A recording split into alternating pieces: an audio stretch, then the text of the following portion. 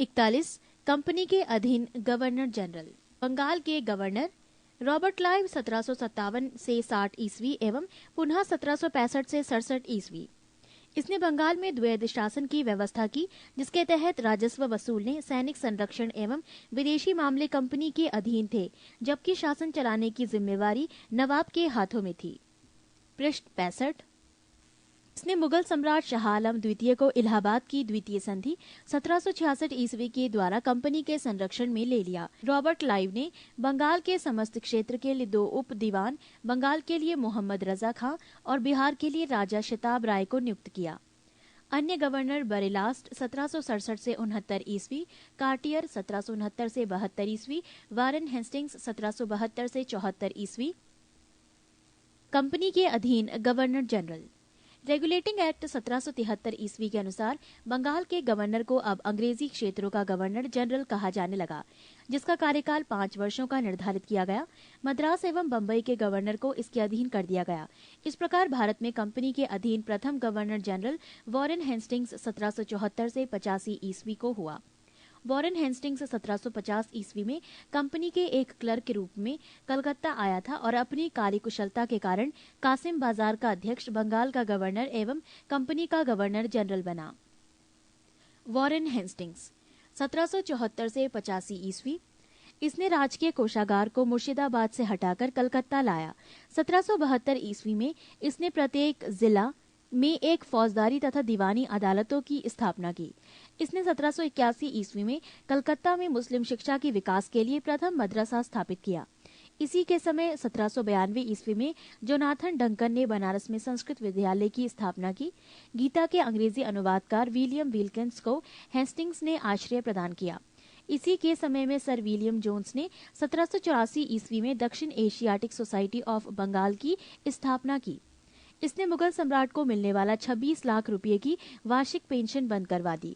इसी के समय में 1780 ईस्वी में भारत का पहला समाचार पत्र दी बंगाल गजट का प्रकाशन जेम्स ऑगस्टस हिक्की ने किया था।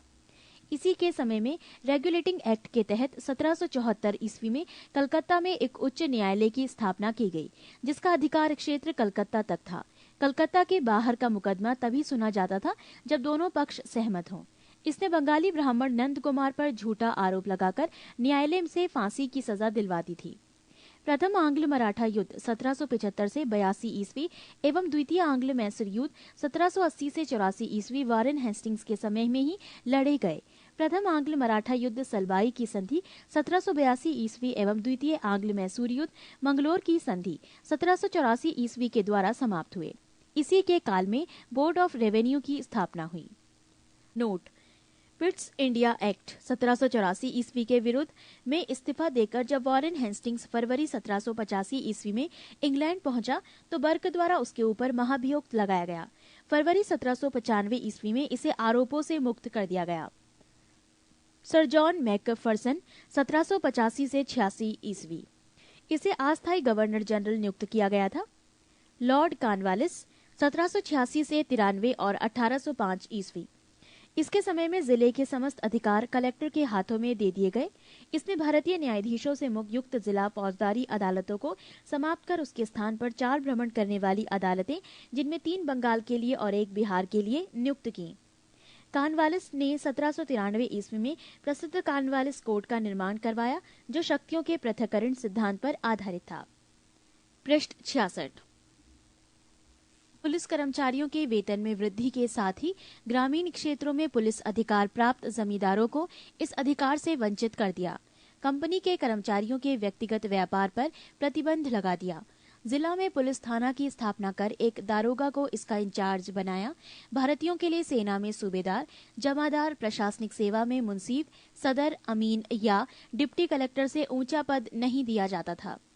इसने 1793 ईस्वी में स्थायी बंदोबस्त की पद्धति लागू की, जिसके तहत जमींदारों को अब भू राजस्व का लगभग 90% यानी 10/11 भाग कंपनी को तथा लगभग 10% 1/11 भाग अपने पास रखना था। स्थायी बंदोबस्त की योजना जॉन शोर ने बनाई थी। इसे बंगाल, बिहार, उड़ीसा, बनारस एवं मद्रास के उत्तरी जिलों में लागू की गई थी। इसमें जमींदार भू राजस्व की दर तय करने के लिए स्वतंत्र थे। कॉर्नवालिस को भारत में नागरिक सेवा का जनक माना जाता है। सर जॉन शोर 1793 से 98 ईस्वी, इसने अहस्तक्षेप नीति अपनाई। लॉर्ड वेलेजली 1798 से 1805 ईस्वी, इसने सहायक संधि की पद्धति शुरू की। भारत में सहायक संधि का प्रयोग वेलेजली से पूर्व फ्रांसीसी गवर्नर डुप्ले ने किया था।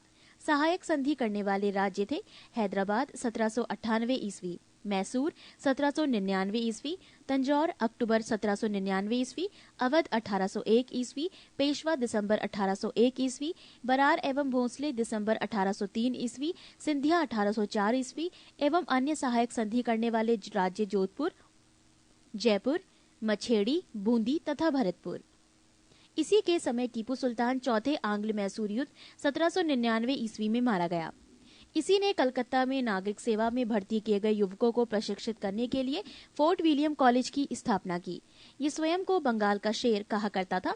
लॉर्ड कॉर्नवालिस का 1805 ईस्वी दूसरा कार्यकाल शुरू हुआ, परंतु शीघ्र ही इसकी मृत्यु हो गई। सर जॉर्ज वारलो 1805 से 1807 ईस्वी, वेल्लोर में सिपाही विद्रोह इसके काल की महत्वपूर्ण घटना है। लॉर्ड मिंटो प्रथम 1807 से 1813 ईस्वी, इसके काल में रणजीत सिंह एवं अंग्रेजों के बीच 25 अप्रैल 1809 ईस्वी को अमृतसर की संधि हुई। इसी के समय चार्टर एक्ट 1813 पास हुआ। लॉर्ड हेस्टिंग्स 1813 से 1823 ईस्वी, इसी के समय आंग्ल नेपाल युद्ध 1814 से 16 ईस्वी में हुई। इसमें नेपाल के अमर सिंह थापा को आत्मसमर्पण करना पड़ा। मार्च 1816 ईस्वी में अंग्रेजों एवं गोरखों के बीच संगोली की संधि के द्वारा आंग्ल नेपाल युद्ध का अंत हुआ। इसके समय में पिंडारियों का दमन कर दिया गया। पिंडारियों के प्रमुख नेताओं में वासिल मोहम्मद चीतू एवं करीम खां थे। इसने मराठों की शक्ति को अंतिम रूप से नष्ट कर दिया। इसने प्रेस पर लगे प्रतिबंध को समाप्त कर प्रेस के मार्गदर्शन के लिए नियम बनाए। इसी के समय 1822 ईस्वी का टेनेंसी एक्ट या काश्तकारी अधिनियम लागू किया गया। पृष्ठ 67। लॉर्ड एम हर्स्ट 1823 से 1828 ईस्वी, इसके समय में प्रथम आंग्ल बर्मा युद्ध 1824 से 1826 ईस्वी में लड़ा गया। 1826 ईस्वी में बर्मा एवं अंग्रेजों के बीच यांडबू की संधि हुई। 1824 ईस्वी में बैरकपुर का सैन्य विद्रोह भी इसी के समय में हुआ। लॉर्ड विलियम बेंटिक 1828 से 1835 ईस्वी, 1803 ईस्वी में ये मद्रास का गवर्नर था। इसी के समय 1806 ईस्वी में माथे पर जातीय चिन्ह न लगाने तथा कानों में बालियां न पहनने देने पर वेल्लोर के सैनिकों ने विद्रोह कर दिया। 1833 ईस्वी के चार्टर एक्ट द्वारा बंगाल के गवर्नर जनरल को भारत का गवर्नर जनरल बना दिया गया। इस प्रकार भारत का पहला governor general Lord William Bentinck हुआ। राजा राम मोहन राय के सहयोग से बेंटिक ने 1829 ईस्वी में सती प्रथा को समाप्त कर दिया। बेंटिक ने इस प्रथा के खिलाफ कानून बनाकर दिसंबर 1829 ईस्वी में धारा 17 के द्वारा विधवाओं के सती होने को अवैध घोषित कर दिया। नोट: अकबर और मराठा पेशवाओं ने भी सती प्रथा पर रोक लगाने का प्रयास किया था। बेंटिक ने कर्नल सलीमन की सहायता से 1830 ईस्वी तक ठगी प्रथा को समाप्त कर दिया। सन 1835 ईस्वी में बेंटिक ने कलकत्ता में कलकत्ता मेडिकल कॉलेज की स्थापना की। इसी के समय मैकाले की अनुशंसा पर अंग्रेजी को शिक्षा का माध्यम बनाया गया। मैकाले द्वारा कानून का वर्गीकरण भी किया गया। बेंटिक ने 1831 ईस्वी में मैसूर तथा 1834 ईस्वी में कुर्ग एवं मध्य कचेर को हड़प लिया। इसने भारतीयों को उत्तरदायी पदों पर नियुक्त किया। इसने शिशु बालिका की हत्या पर भी प्रतिबंध लगा दिया। चार्ल्स मेटकॉफ 1835 से 36 ईस्वी, इसने अपने एक वर्ष के कार्यकाल में प्रेस पर से नियंत्रण हटाया। इसीलिए इसे भारतीय प्रेस को मुक्तिदाता कहा जाता है। लॉर्ड आकलैंड 1836 से 42 ईस्वी, इसके समय की सबसे महत्वपूर्ण घटना है प्रथम आंग्ल अफगान युद्ध 1839 से 42 ईस्वी। 1839 ईस्वी में इसने कलकत्ता से दिल्ली तक ग्रांड ट्रंक रोड का मरम्मत करवाया। लॉर्ड एलनबरो 1842 से 44 ईस्वी, प्रथम आंग्ल अफगान युद्ध समाप्त हुआ। सिंध को अगस्त 1843 ईस्वी में पूर्ण रूप से ब्रिटिश साम्राज्य में मिला लिया गया। दास प्रथा का उन्मूलन इसी के समय में हुआ 1843 के एक्ट 5 के द्वारा। लॉर्ड हॉर्डिंग 1844 से 1848 ईस्वी। इसके काल की सबसे महत्वपूर्ण घटना थी प्रथम आंग्ल सिख युद्ध 1845 से 46 ईस्वी। इसमें अंग्रेजी विजयी हुए। इसने नरबली प्रथा पर प्रतिबंध लगाया। लॉर्ड डलहौजी 1848 से 56 ईस्वी। द्वितीय आंग्ल सिख युद्ध 1848 से 49 ईस्वी तथा पंजाब का ब्रिटिश शासन में विलय 1849 ईस्वी। जगत प्रसिद्ध सिख राज्य का प्रसिद्ध हीरा कोहिनूर महारानी विक्टोरिया को भेज दिया गया। द्वितीय आंग्ल बर्मा युद्ध और सन 1852 ईस्वी में लोअर बर्मा एवं पीगू को अंग्रेजी राज्य में मिला लिया गया। डलहौजी ने सिक्किम पर 2 अंग्रेज डॉक्टरों के साथ दुर्व्यवहार का आरोप लगाकर सन 1850 ईस्वी में उस पर अधिकार कर लिया। पृष्ठ 68। 1852 ईस्वी में एक इनाम कमीशन की स्थापना की गई। इसका उद्देश्य भूमिकर रहित जागीरों का पता करके उन्हें छीनना था।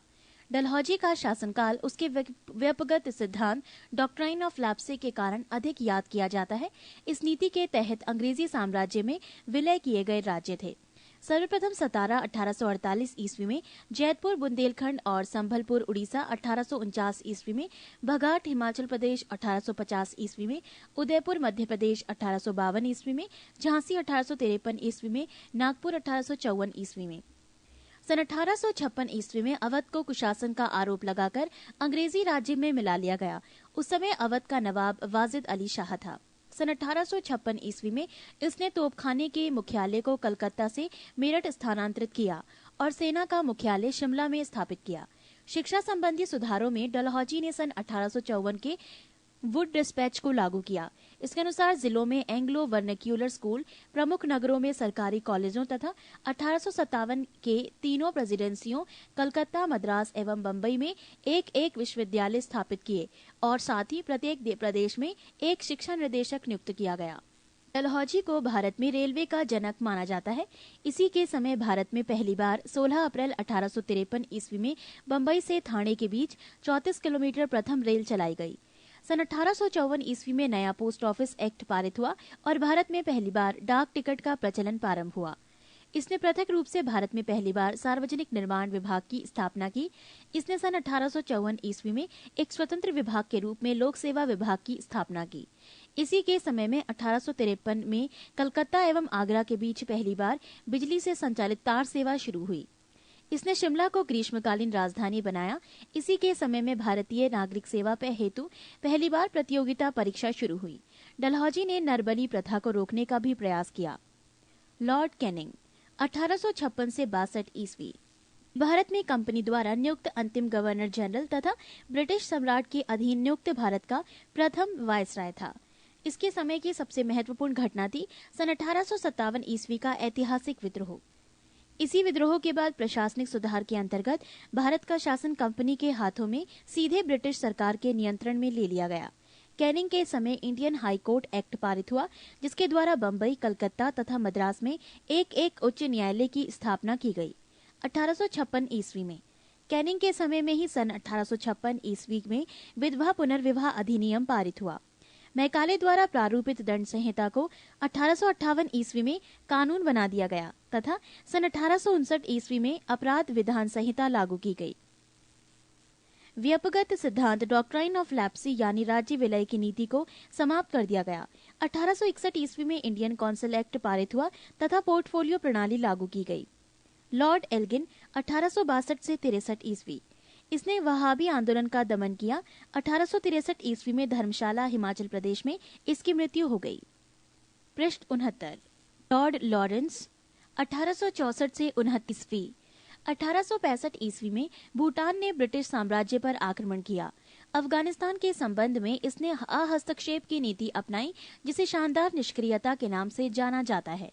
इसी के समय में उड़ीसा में सन 1866 में तथा बुंदेलखंड एवं राजपुताना में 1868 से 69 ईस्वी में भीषण अकाल पड़ा। इसने चैम्बरवेल हेनरी के नेतृत्व में एक अकाल आयोग का गठन किया। सन 1865 ईस्वी में इसके द्वारा भारत एवं यूरोप के बीच प्रथम समुद्री टेलीग्राफ सेवा शुरू की गई। लॉर्ड मेयो 1869 से 72 ईस्वी। लॉर्ड मेयो ने अजमेर में मेयो कॉलेज की स्थापना की। इसने सन 1872 ईस्वी में एक कृषि विभाग की स्थापना की। एक अफगान ने सन 1872 ईस्वी में चाकू मारकर इसकी हत्या कर दी। लॉर्ड नॉर्थबुक 1872 से 76 ईस्वी। इसके समय में बंगाल में भयानक अकाल पड़ा। इसने बड़ौदा के मल्हार राव गायकवाड़ को भ्रष्टाचार के आरोप में पदच्युत कर मद्रास भेज दिया। लॉर्ड नॉर्थबुक ने ये घोषणा की, मेरा उद्देश्य करों को हटाना तथा अनावश्यक वैधानिक कार्यवाहियों को बंद करना है। पंजाब का प्रसिद्ध कूका आंदोलन इसी के समय में हुआ। इसी के समय में सुएज नहर खुल जाने से भारत एवं ब्रिटेन के बीच व्यापार में वृद्धि हुई। लॉर्ड लिटन 1876 से 80 ईस्वी। ये एक प्रसिद्ध उपन्यासकार, निबंध लेखक एवं साहित्यकार था। साहित्य आकाश में इसे ओवन मेरिडिथ के नाम से जाना जाता था। इसके समय में बम्बई, मद्रास, हैदराबाद, पंजाब, मध्य भारत आदि में भयानक अकाल पड़ा। लिटल ने रिचर्ड स्टैची की अध्यक्षता में एक अकाल आयोग की स्थापना की। 1 जनवरी 1877 ईस्वी को ब्रिटेन की महारानी विक्टोरिया को केसरे हिंद की उपाधि से सम्मानित करने के लिए दिल्ली दरबार का आयोजन किया गया।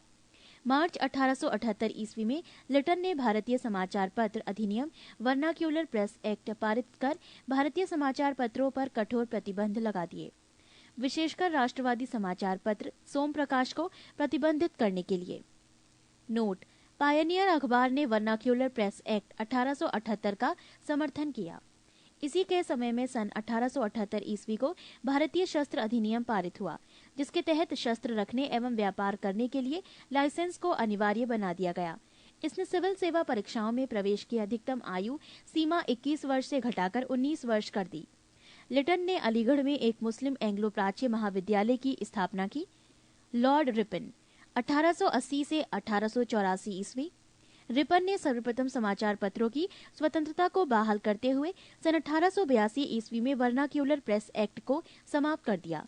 इसने सिविल सेवा में प्रवेश की आयु को 19 वर्ष से बढ़ाकर 21 वर्ष कर दिया। इसने स्थानीय स्वशासन की शुरुआत की। इसके समय में ही भारत में सन 1881 ईस्वी में सर्वप्रथम नियमित जनगणना करवाई गई। तब से लेकर अब तक प्रत्येक 10 वर्ष के अंतराल पर जनगणना की जाती है।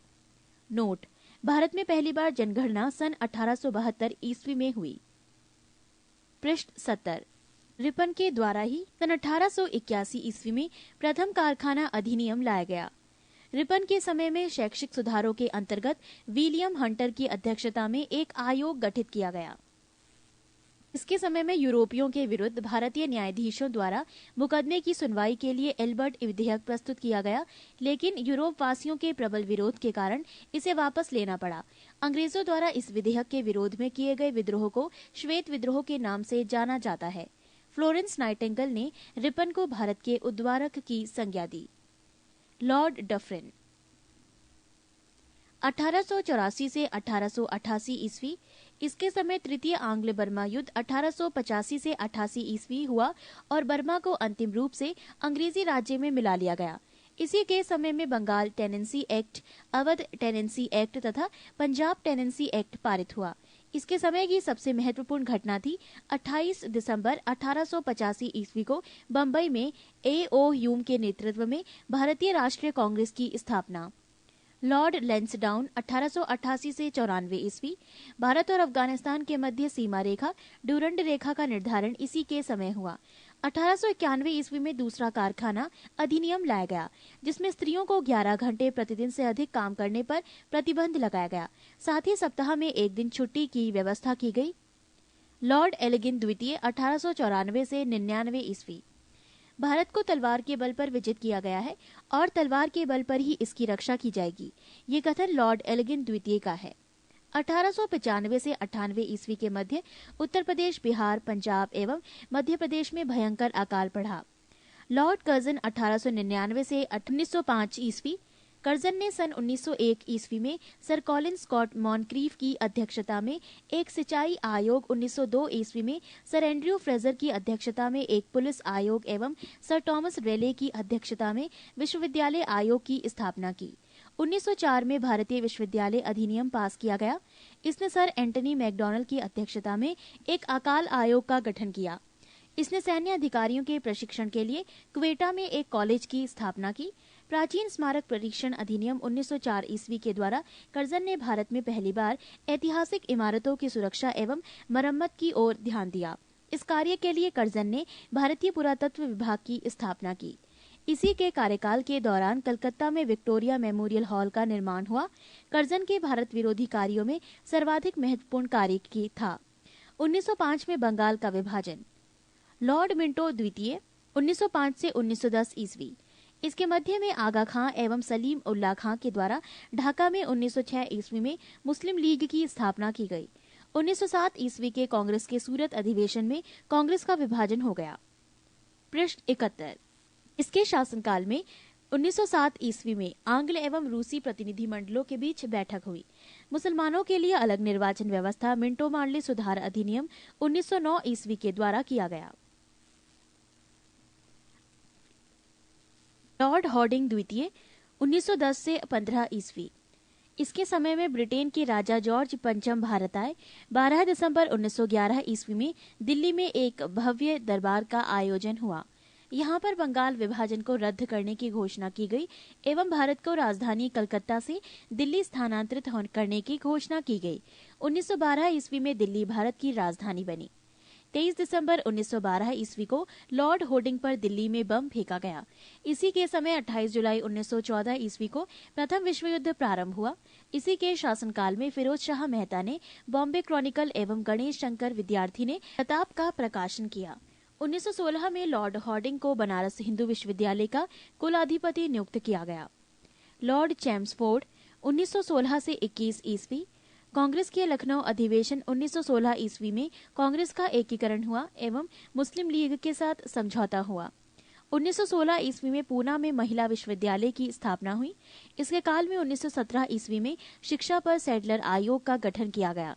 इसी के काल में 1919 ईस्वी में रॉलेट एक्ट पारित हुआ। इसी के काल में 13 अप्रैल 1919 ईस्वी को जलियांवाला बाग अमृतसर हत्याकांड हुआ। खिलाफत आंदोलन एवं गांधी जी का असहयोग आंदोलन इसी के समय प्रारंभ हुआ। तृतीय अफगान युद्ध इसी के समय हुआ। लॉर्ड रीडिंग 1921 से 26 ईस्वी। 5 फरवरी 1922 ईस्वी को घटी चोरी चोरा कांड उत्तर प्रदेश के गोरखपुर जिले में के बाद महात्मा गांधी ने अपना असहयोग आंदोलन वापस ले लिया। 1923 ईस्वी में चित्तरंजन दास एवं मोतीलाल नेहरू ने इलाहाबाद में कांग्रेस के अंतर्गत स्वराज्य पार्टी की स्थापना की। 1923 के चुनाव में इस दल को मध्य प्रांत एवं बंगाल में पूर्ण बहुमत मिला। इसके काल में ही प्रिंस ऑफ वेल्स ने नवंबर 1921 ईस्वी में भारत की यात्रा की। इस दिन पूरे भारत में हड़ताल का आयोजन किया गया। 1921 ईस्वी में मोपला विद्रोह हुआ। 1922 ईस्वी में विश्व भारती विश्वविद्यालय ने कार्य करना प्रारंभ किया। 1921 ईस्वी में M.N. राय द्वारा भारतीय कम्युनिस्ट पार्टी का गठन किया गया। 1925 ईस्वी में प्रसिद्ध आर्य समाजी राष्ट्रवादी नेता स्वामी श्रद्धानंद की हत्या कर दी गई। लॉर्ड इरविन 1926 से 31 ईस्वी। 3 फरवरी 1928 ईस्वी साइमन कमीशन बम्बई पहुंचा। 12 मार्च 1930 ईस्वी में गांधी जी के द्वारा सविनय अवज्ञा आंदोलन प्रारंभ किया गया। लाला लाजपत राय की मृत्यु के बदले में भारतीय चरमपंथियों द्वारा दिल्ली के असेंबली हॉल में 1929 ईस्वी में बम फेंका गया। इसी के समय में लाहौर जेल में जतिन दास ने 13 जुलाई 1929 को भूख हड़ताल शुरू की और भूख हड़ताल के 63वें दिन 13 सितंबर 1929 ईस्वी को उनकी मृत्यु हो गई। भूख हड़ताल का कारण भारतीय एवं अंग्रेज के दिनों के बीच व्यवहार में किया जाने वाला भेदभाव था। 1929 ईस्वी में कांग्रेस के लाहौर अधिवेशन में पूर्ण स्वराज्य का लक्ष्य निर्धारित किया गया और 26 जनवरी 1930 ईस्वी को स्वतंत्रता दिवस मनाने की घोषणा की गई। पृष्ठ 72। 12 नवंबर 1930 ईस्वी को लंदन में प्रथम गोलमेज सम्मेलन हुआ। इस सम्मेलन में कांग्रेस ने भाग नहीं लिया। 5 मार्च 1931 ईस्वी को गांधी इरविन समझौते पर हस्ताक्षर किया गया और साथ ही सविनय अवज्ञा आंदोलन को स्थगित किया गया। लॉर्ड वेलिंगटन 1931 से 36 ईस्वी। इसके समय में लंदन में 7 सितंबर से 1 दिसंबर 1931 ईस्वी तक द्वितीय गोलमेज सम्मेलन का आयोजन हुआ। इस सम्मेलन में कांग्रेस ने भी भाग लिया। कांग्रेस का प्रतिनिधित्व महात्मा गांधी ने किया। दूसरे गोलमेज सम्मेलन की असफलता के बाद महात्मा गांधी ने 3 जनवरी 1932 ईस्वी को दोबारा सविनय अवज्ञा आंदोलन प्रारंभ किया। 16 अगस्त 1932 ईस्वी में रैमसे मैकडॉनल्ड ने विवादास्पद सांप्रदायिक पंचायत की घोषणा की। इसके अनुसार दलितों को हिंदुओं से अलग मानकर उन्हें अलग प्रतिनिधित्व देने का कहा गया और दलित वर्गों के लिए अलग निर्वाचन मंडल का प्रावधान किया गया। इससे गांधी जी बहुत दुखी हुए और इन्होंने इसे हटाने के लिए आमरण उपवास आरंभ कर दिया। अंत में एक समझौता, जिसे प्रायः पूना समझौता कहते हैं, किया गया है, जिसमें दलित वर्गों के लिए साधारण वर्गों में ही सीटों का आरक्षण किया गया। पूना समझौता 24 सितंबर 1932 को हुआ। 17 नवंबर से 24 दिसंबर 1932 ईस्वी तक लंदन में द्वितीय गोलमेज सम्मेलन का आयोजन हुआ। कांग्रेस ने इसमें भाग नहीं लिया। बिहार में 1934 ईस्वी में भयंकर भूकंप आया। भारत सरकार अधिनियम 1935 पास किया गया। लॉर्ड विलिंगटन ने कांग्रेस के बम्बई अधिवेशन 1915 ईस्वी में हिस्सा लिया था। इस अधिवेशन की अध्यक्षता सर सत्येंद्र प्रसन्न सिन्हा ने की थी। लॉर्ड लिथगो 1936 से 43 ईस्वी, इसके समय में पहली बार चुनाव कराए गए। कांग्रेस ने 11 में से 7 प्रांतों में अपनी सरकारें बनाई। 1 सितंबर 1939 ईस्वी को द्वितीय विश्व युद्ध प्रारंभ हुआ। ब्रिटिश सरकार ने बिना भारतीयों से पूछे भारत को भी युद्ध में झोंक दिया। कांग्रेस ने इसका विरोध करते हुए नारा दिया, ना कोई भाई ना कोई पाई, और इसने अपने द्वारा शासित प्रांतों के सभी मंत्रिमंडलों को त्यागपत्र दे दिया। 1 मई 1939 ईस्वी में सुभाष चंद्र बोस ने फॉरवर्ड ब्लॉक नाम की एक नई पार्टी बनाई। 1940 ईस्वी में लीग के लाहौर अधिवेशन में पहली बार पाकिस्तान की मांग की गई। 8 अगस्त 1940 ईस्वी को अगस्त प्रस्ताव अंग्रेजों के द्वारा लाया गया। 1942 ईस्वी में क्रिप्स मिशन भारत आया। 9 अगस्त 1942 ईस्वी को कांग्रेस ने भारत छोड़ो आंदोलन प्रारंभ किया। 1943 ईस्वी में बंगाल में भयानक अकाल पड़ा। लॉर्ड वेवेल 1944 से 47 ईस्वी। शिमला समझौता 1945 ईस्वी में हुआ। कैबिनेट मिशन 1946 ईस्वी में भारत आया। इस मिशन के सदस्य थे Stafford Cripps, Pethick Lawrence, A.B. Alexander. 20 फरवरी 1947 ईस्वी में प्रधानमंत्री Lord Clement Attlee Labour Party ने हाउस ऑफ कॉमन्स में ये घोषणा की कि जून 1948 ईस्वी तक प्रभुसत्ता भारतीयों के हाथ में दे देंगे। पृष्ठ 73। लॉर्ड माउंटबेटन मार्च 1947 से जून 1948 ईस्वी। 4 जुलाई 1947 ईस्वी को ब्रिटिश संसद में एटली द्वारा भारतीय स्वतंत्रता विधेयक प्रस्तुत किया गया, जिसे 18 जुलाई को स्वीकृति मिली। विधेयक के अनुसार भारत और पाकिस्तान 2 स्वतंत्र राष्ट्रों की घोषणा की गई। 15 अगस्त 1947 ईस्वी को भारत स्वतंत्र हुआ। स्वतंत्र भारत का प्रथम गवर्नर जनरल लॉर्ड माउंटबेटन हुए। नोट: स्वतंत्र भारत के प्रथम एवं अंतिम भारतीय गवर्नर जनरल चक्रवर्ती राजगोपालाचारी हुए।